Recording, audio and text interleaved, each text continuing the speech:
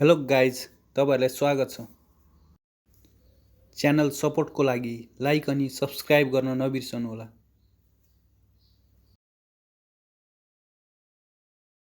बुटवल बर्दघाट सडक खण्ड अन्तर्गत चरङ्गेदेखि थोरै पूर्वको यो डाइभर्सन माथिबाट पानी बगिरहेको छ। डाइभर्सन तपाईहरुले देख्न सक्नुहुन्छ, पुल बन्दै गरेको देख्न सक्नुहुन्छ। यहाँनेर डाइभर्सन भएको ठाउँमा पानी यसरी बगेको छ। यो अवस्था भयावह देखिन्छ।